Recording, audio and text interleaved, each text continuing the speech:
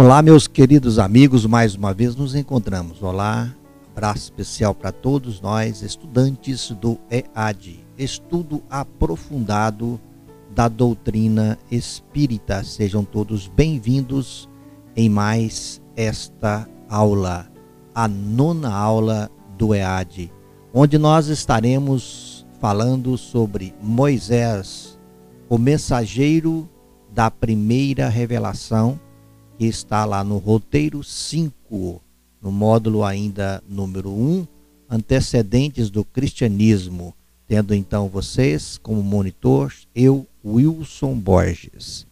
Nós vamos iniciar esta 9ª aula, lembrando que nós temos nesta 9ª aula o objetivo de esclarecer em linhas gerais a missão desempenhada por Moisés e também um outro objetivo, o de justificar a importância do decálogo ou dos 10 mandamentos para a humanidade. Nós vamos então, lembrando já no início desta 9ª aula, nos reportando a algumas informações históricas para que nós estejamos centralizando a nossa linha de pensamento.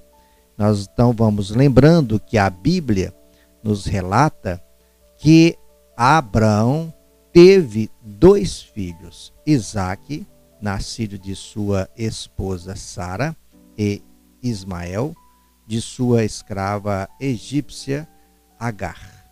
Isso está lá em Gênesis, capítulo 21, versículos 1 e 21. Atos dos Apóstolos, também registrado lá em Atos dos Apóstolos, no capítulo 7, versículos 2 e 8. Isaque, considerado o legítimo herdeiro, casou-se com Rebeca. Gênesis também está registrado em Gênesis, capítulo 24. E teve 2 filhos, Esaú e Jacó. Este cuja progenitura ganhou do irmão em troca de um prato de lentilhas. Casou-se com Raquel, com quem teve 2 filhos, José e Benjamim. No entanto, Jacó teve mais 10 filhos, 5 de Lia, irmã de Raquel, com quem se casara primeiro, e 5 de escravas. Isso está lá em Gênesis, capítulo 35, versículos 23 e 26. Os hebreus, descendentes de Jacó, chamavam a si próprios de filhos de Israel ou israelitas e formaram as 12 tribos de Israel. Os irmãos de José venderam-no como escravo ao faraó egípcio, mas em razão de sua sabedoria e influência, tornou-se vice-rei do Egito. Esse registro nós vamos encontrar lá em Gênesis, capítulo 37, versículos 1 a 36, em Atos dos Apóstolos. Também vamos encontrar esse registro no capítulo 7, versículos 8 a 10. Devido à fome reinante, os judeus foram viver no Egito, inclusive os irmãos de José. Isso está em Gênesis capítulo 42, no versículos 42 a 50. Por influência deste, no caso por influência de José, por influência deste, os judeus se tornaram numerosos no Egito. No entanto, ocorrendo substituição no trono egípcio, o novo faraó, temendo que os filhos de Israel se tornassem demasiadamente poderosos, como estava acontecendo, tornou-os escravos. Isso está no registro também. Esse fato está registrado em Atos dos Apóstolos, capítulo 7, versículos 11 a 18, né? Nós vamos também lembrando que o povo hebreu esteve cativo no Egito por cerca de 400 anos, oprimido por penosos trabalhos de construção e de cultivo de cereais. Mais tarde, o faraó determinou que se lançassem no Nilo todos os meninos hebreus recém-nascidos, para que não se mantivesse a progenitura racial judaica. Esse registro nós vamos encontrar desse fato lá no livro do Êxodo, no capítulo 1, versículos 15 a 22, em Atos dos Apóstolos também, no capítulo 7.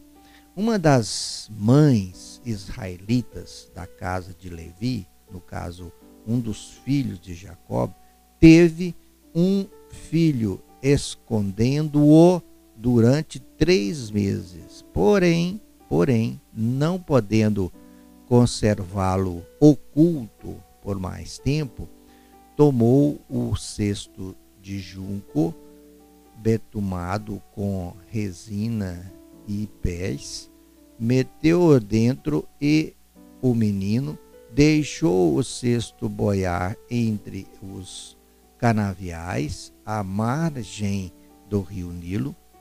E então a irmã do menino conservou-se escondida a alguma distância para ver o que acontecia, o que iria acontecer.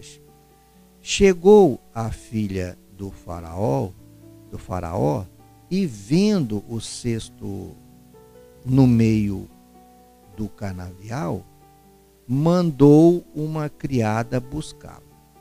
Abriu-o e viu o menino chorando. Então ficou cheia de pena e disse: é um filho de hebreus. A irmã da criança aproximou-se e perguntou: quereis que vá chamar uma mulher israelita para amamentar esse menino? Ela respondeu: vai sim. A menina foi chamar a própria mãe, que sob a proteção da filha do faraó, amamentou o menino e acompanhou de perto sua educação, sem revelar o parentesco que havia entre ambos. A mãe adotiva de Moisés deu-lhe este nome porque das águas o tinha tirado. Nós vamos encontrar esse registro também no livro O Êxodo, no capítulo 2, versículos 1 a 10. Moisés, então, judeu de nascimento, foi, portanto, educado por uma egípcia da casa real. Esse registro está em Atos dos Apóstolos, capítulo 7, versículos 20 a 22.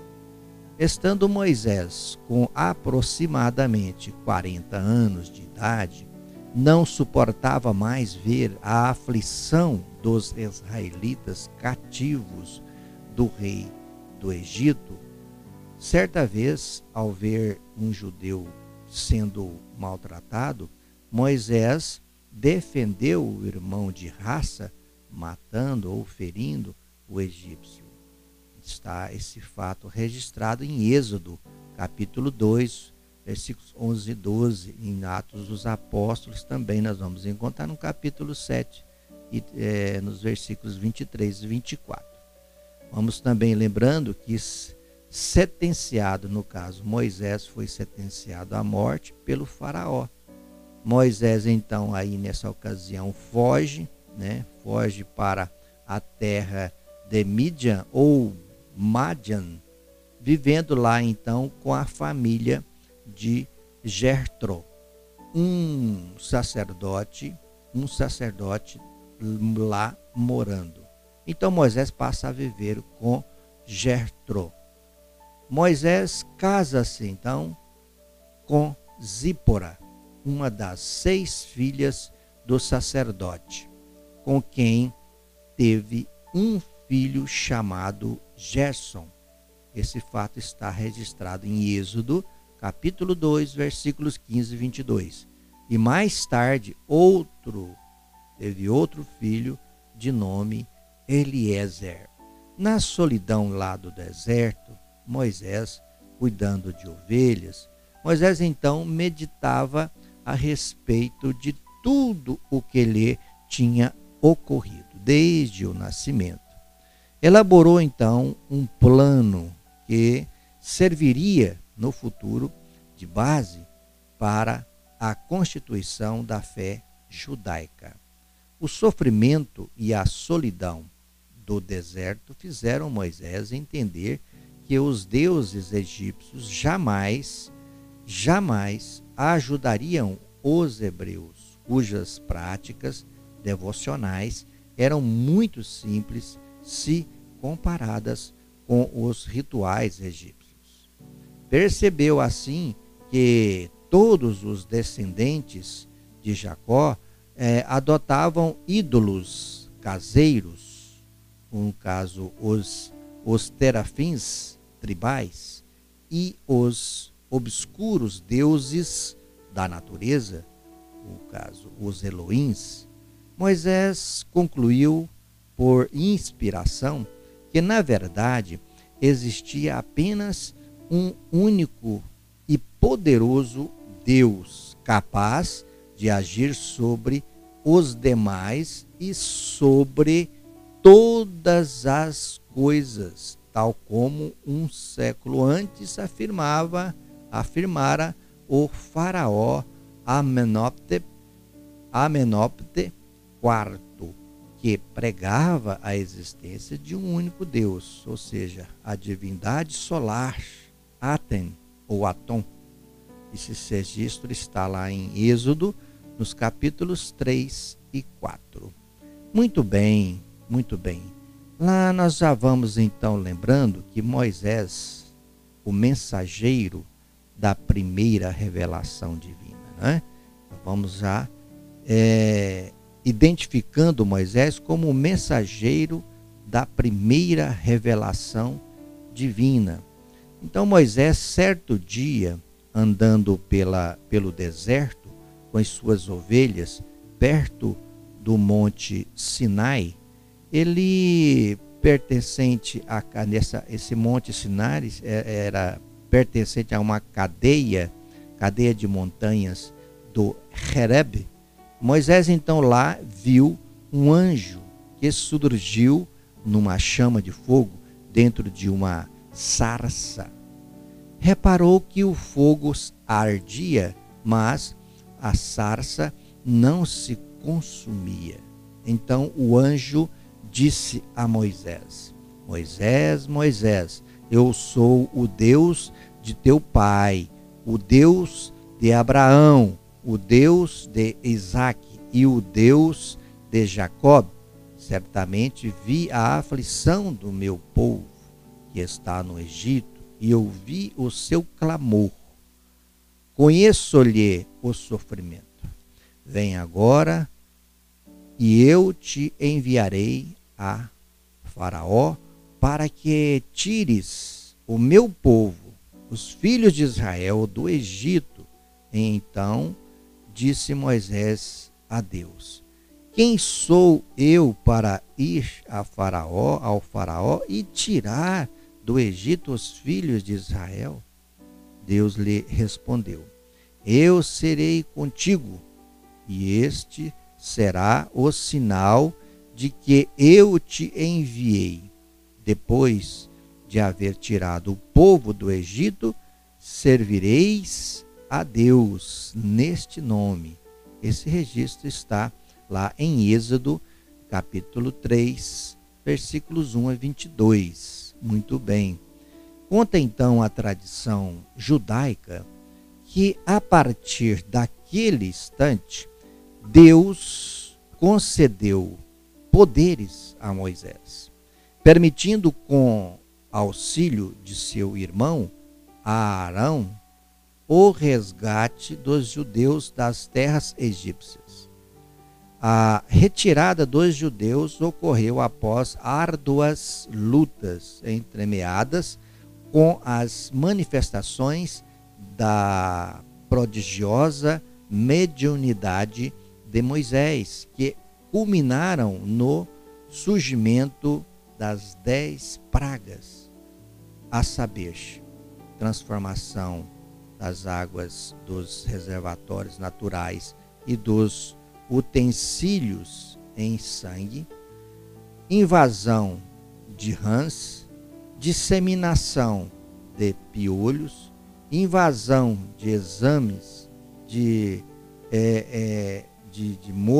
enxames de moscas, peste nos animais, úlceras e tumores nos homens e animais, a chuva de pedras, invasão de gafanhotos, o surgimento das trevas transformando o dia em noite, condenação à morte de todos os filhos primogênitos dos egípcios, inclusive o filho do faraó.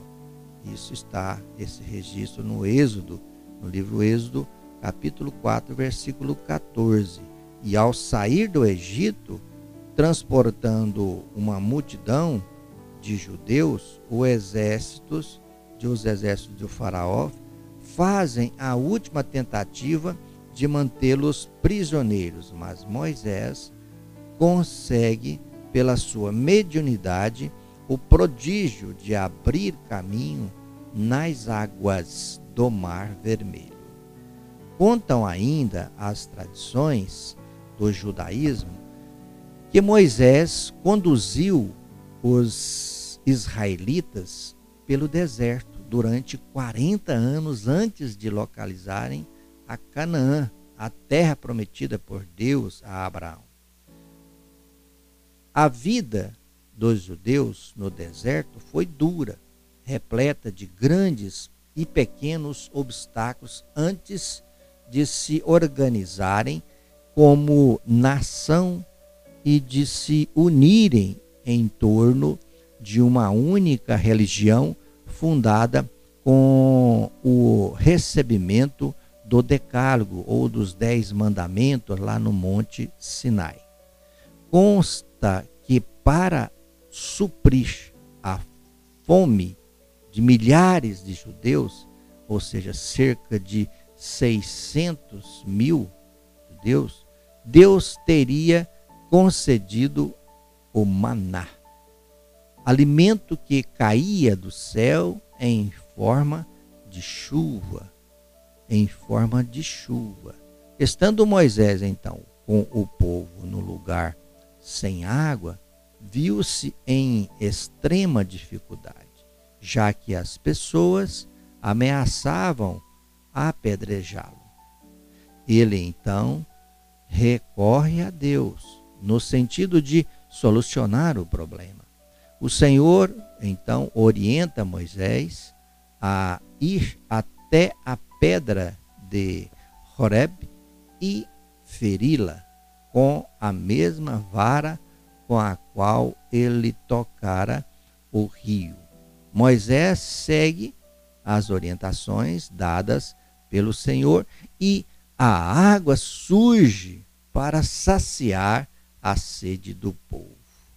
No 3º mês, após a saída do Egito, diz a tradição que os israelitas chegaram ao pé do Monte Sinai, armaram suas tendas e Moisés subiu até o cimo, onde o Senhor lhe disse: manda que levem as vestes e estejam prontos para o 3º dia. Nesse dia, quando soar a trombeta, que todos se aproximem do monte.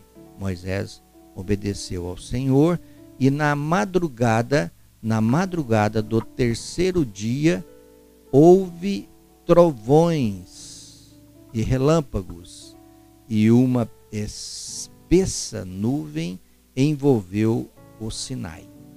Ouviu-se o som estridente de trombetas.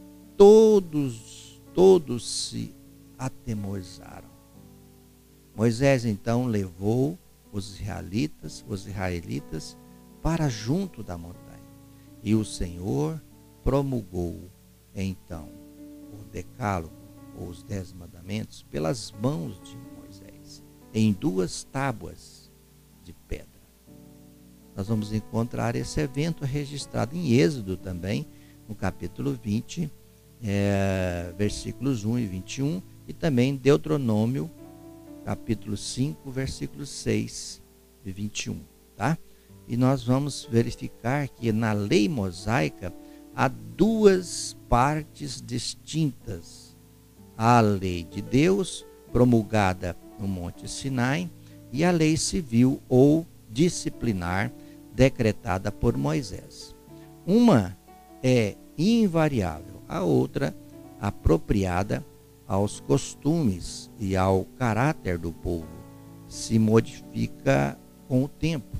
Agora, a lei de Deus está formulada nos 10 mandamentos seguintes, que são eles. O primeiro: eu sou o Senhor vosso Deus, que vos tirei do Egito, da casa da servidão. Não tereis diante de mim outros deuses estrangeiros. Não fareis imagens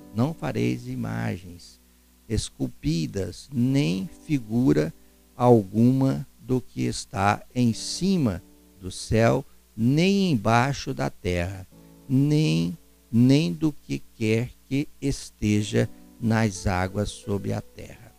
Não os adorareis e não lhes prestareis culto soberano. Segundo, não pronunciareis em vão o nome do Senhor, vosso Deus. Terceiro, lembrai-vos de santificar o dia de sábado. Quarto, honrai o vosso pai e a vossa mãe, a fim de viverdes longo tempo na terra que o Senhor, vosso Deus, vos dará. Quinto, não mateis. Sexto, não cometeis adultério. Sétimo, não roubeis.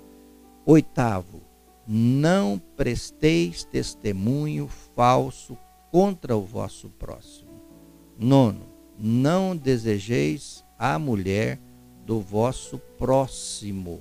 Décimo, não cobiceis a casa do vosso próximo, nem o seu servo, nem a sua serva, nem o seu boi, nem o seu asno, nem qualquer das coisas que lhe pertençam. Muito bem. Esclarecemos ainda os espíritos da codificação lá no Evangelho segundo o Espiritismo, no capítulo 1 do Evangelho segundo o Espiritismo, lá no item 2, dizendo que é de todos os tempos e de todos os países essa lei, e tem por isso mesmo caráter divino. Todas as outras são leis que Moisés decretou, obrigado que se via a conter pelo temor, pelo medo, um povo de seu natural turbulento e indisciplinado, no qual ainda ele de combater enregados abusos e preconceitos adquiridos durante a escravidão do Egito, para imprimir autoridade às suas leis, houve de lhes atribuir origem divina, conforme o fizeram todos os legisladores dos povos primitivos. A autoridade do homem precisava apoiar-se na autoridade de Deus, mas só a ideia de um Deus terrível podia impressionar criaturas ignorantes, em as quais, ainda pouco desenvolvidos, se encontravam o senso moral e o sentimento de uma justiça reta. Então, com o decálogo, com os 10 mandamentos, inicia-se verdadeiramente a religião judaica, organizada por Moisés, ficando estabelecidas as bases da teocracia do judaísmo. E nós ainda continuamos com algumas observações que nós vamos encontrar no livro Religião, de Carlos Imbassai, aonde lá na página 173, ele vem nos dizendo que, além do médium, Moisés era legislador e homem como os demais. A grande lei, diz ele, foi transmitida diretamente por Deus, mas conhecidos como hoje se conhecem os fenômenos psíquicos, logo se percebe que um espírito elevado foi mensageiro daqueles mandamentos que o profeta transmitiu à posteridade com as falhas infalíveis do crivo humano e os acréscimos que a época impunha. Devemos então considerar que, devido ao nível evolutivo de Moisés, é improvável que ele conversasse diretamente com Deus. E nós vamos, nesse caso, encontrar no livro O Consolador, psicografia de Francisco Cândido Xavier, ditado pelo Espírito Emmanuel, na questão deste mesmo livro, a questão 269, que está lá na página 161, dizendo Emmanuel que a lei, ou a base da lei nos 10 mandamentos, foi-lhe ditada pelos emissários de Jesus, porquanto todos os movimentos de evolução material e espiritual do orbe se processaram como até hoje se processam, sob o seu augusto e misericordioso patrocínio. E é importante destacar também o seguinte: o que nós vamos destacar está também lá no livro Consolador, na questão 271, na página 162. É importante, então, nós destacarmos que, e Emmanuel nos auxilia nesse ponto, nesse destaque, né? Emmanuel destaca para nós, dizendo que as seitas religiosas de todos os tempos, pela influenciação dos seus sacerdotes, procuraram modificar os textos sagrados. Todavia, apesar das alterações transitórias, os 10 mandamentos transmitidos à terra por intermédio de Moisés voltam sempre a ressurgir na sua pureza primitiva, como base de todo o direito no mundo, sustentáculo de todos os códigos de justiça terrestre.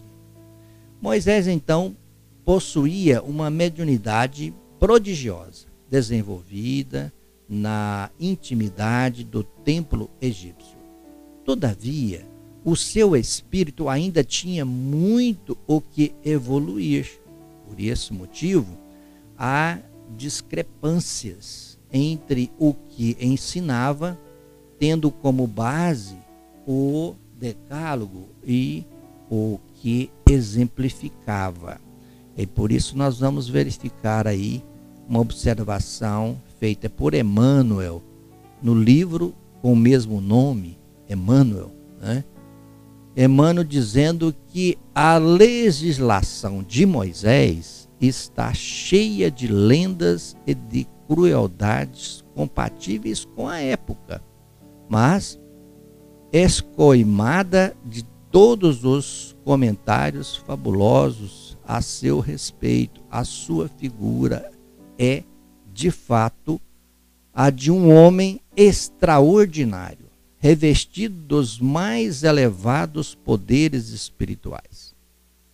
Foi o primeiro a tornar acessíveis às massas populares os ensinamentos somente conseguidos à custa de longa e penosa iniciação, com a síntese luminosa de grandes verdades. A saída do Egito é comemorada como sendo a Páscoa judaica. É então uma das tradições primitivas mais festejadas, mas sem o cerimonial e a concepção extremista do passado. A tradição transmitida às gerações futuras diz que essa festa foi até a morte de Moisés, comandada por Miriam, sua irmã, aquela que ficou vigiando-o, quando em criança foi colocada lá num cesto no rio Nilo, né? E então se caracterizava por danças, essa festa se caracterizava por danças e cânticos alegres, animados pelos sons de tamborins, e assim mantinham-se em festa com esse ritmo de alegria. Nós vamos também lembrando que Moisés era possuidor de uma personalidade magnética, dominadora, hábil, manipulador das massas e grande líder. Sabia incutir nas almas supersticiosas e ignorantes os temores animistas de um Deus vingador e zeloso. A sua prodigiosa mediunidade de efeitos físicos, associada à de outros auxiliares diretos, sobretudo a do seu irmão Araão, que tinha o dom da fala e do convencimento, foram fatores que contribuíram para organizar a nação e a religião judaicas.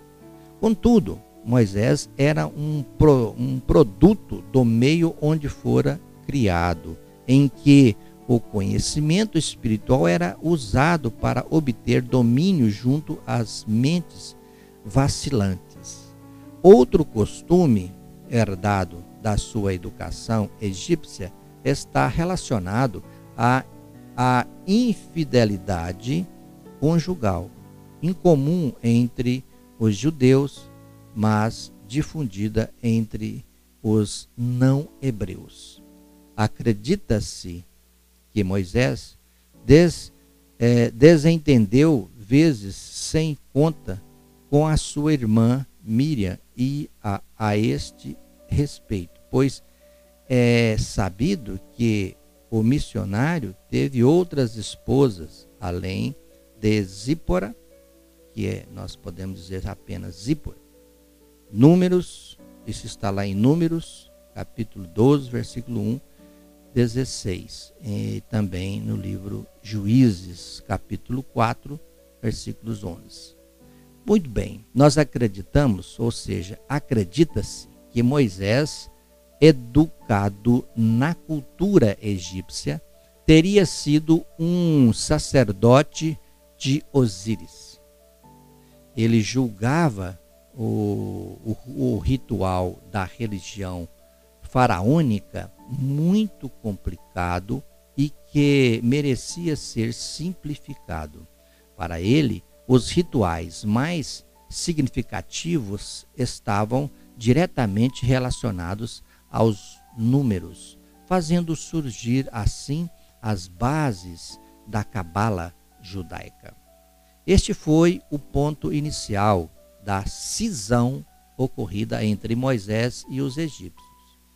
Dessa forma, rompe com a tradição dos chamados iniciados, né? Ele então ensinou a todos os mistérios da cabala, mas sob o véu do simbolismo, de forma que somente os espíritos mais adiantados ou arcutos conseguiram entendê-la. por essa razão é que muitos livros de Moisés podem parecer infantis aos que desconhecem o lado oculto dos ensinamentos transmitidos de forma oral. A tradição ora da Cabala não é repassada a qualquer adepto do judaísmo. Não era qualquer um que receberia essas tradições. É antes confiada a 70 discípulos escolhidos segundo as ideias existentes em Números, no capítulo 11, 16, 17 e 25. A esotérica iniciação judaica acontece com a compreensão do livro da criação ou Sefer Jerissá, e o livro dos princípios ou Zohar. São obras de leitura e entendimentos difíceis, uma vez que a linguagem abstrata é incompreensível para quem não tem a chave da iniciação, ou seja, da transmitida oralmente, aquela chave que geralmente é transmitida apenas oralmente. Um dos mestres do pensamento esotérico moderno, Eduardo Escher, não tem dúvidas de que Moisés teria escrito o livro Gênesis em hieroglifos em três sentidos diferentes um do outro, confiando a chave da interpretação e a explicação dos mesmos oralmente aos seus sucessores. A chave e as explicações estariam relacionadas não apenas aos números, mas à sonoridade da pronúncia das palavras que parece na colocação de Moisés e na formulação do mesmo, induziriam a um estado de transe e ligação com os espíritos. Ainda, segundo este estudioso, na época de Salomão, o livro Gênesis teria sido traduzido em caracteres fenícios e quando em cativeiro na Babilônia, Esdras o teria redigido em caracteres arianos caldaicos. Os tradutores gregos da Bíblia tinham uma informação superficial da chave e explicações de Moisés. São Jerônimo, que fez a versão da Bíblia para o latim, nada sabia das tradições. Foi assim que se perdeu, pelo menos para os religiosos não judeus, o entendimento esotérico dos ensinamentos de Moisés. Agora nós vamos encontrar, finalizando a nossa fala de hoje, vamos encontrar ainda no Consolador, no livro O Consolador, psicografado por Francisco Cândido Xavier, ditado pelo Espírito Emmanuel, na questão 271, na página 162, lá está assim colocado para nós por Emmanuel, dizendo ele que até agora a humanidade da era cristã recebeu a grande revelação em 3 aspectos essenciais. Primeiro, Moisés trouxe a missão de justiça, o Evangelho, a revelação de insuperável amor, e o Espiritismo, em sua feição de cristianismo redivivo, traz, por sua vez, a sua sublime tarefa da verdade. No centro das 3 revelações encontra-se Jesus Cristo, como o fundamento de toda a luz e de toda a sabedoria. É que com o amor, a lei manifestou-se na terra no seu esplendor máximo. A justiça e a verdade nada mais são que os instrumentos divinos de sua exteriorização com aquele Cordeiro de Deus, a alma de redenção e de toda a humanidade. A justiça, portanto, lhe aplainou os caminhos, e a verdade, consequentemente, esclarece os seus divinos ensinamentos. Muito bom, muito bom. Ficamos por aqui mais uma vez, meus queridos amigos estudantes do EAD. Mais uma vez, finalizando aqui a nona aula. Nós vamos então rogar a Deus que nos ampare, que nós possamos refletir sobre essas informações no estudo aprofundado da doutrina espírita, o EAD. Que nós possamos nos preparar para, no próximo domingo, para mais uma aula do EAD. Fiquem todos com Deus, paz, amor e saúde, felicidade para todos vocês, agora e sempre. Que nós todos continuemos juntos participando e recebendo os esclarecimentos de que tanto todos nós necessitamos. Paz e um abraço, um beijo no coração de todos vocês.